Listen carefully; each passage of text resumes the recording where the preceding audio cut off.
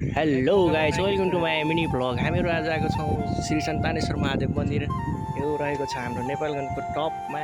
So त्यो लिचीचोर ग्याङको केटाहरू एउटा यता हुनुहुन्छ, दुईजना उता गुर्किसक्नुभयो, म चाहिँ यता। सो यस्तो राम्रो भ्यू छ, तर यहाँ अब तपाईँहरू गर्मीको मौसम भन्दा नि तपाईँहरू चिसोको मौसममा आउनु होला, किनकि हिँड्नुपर्छ होइन।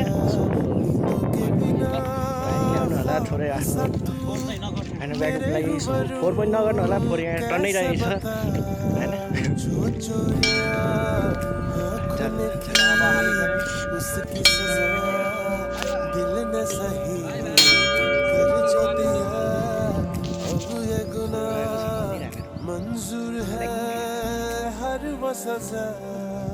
तपाईँहरू नि आइदिनु होला यसो भिजिट गर्नको लागि।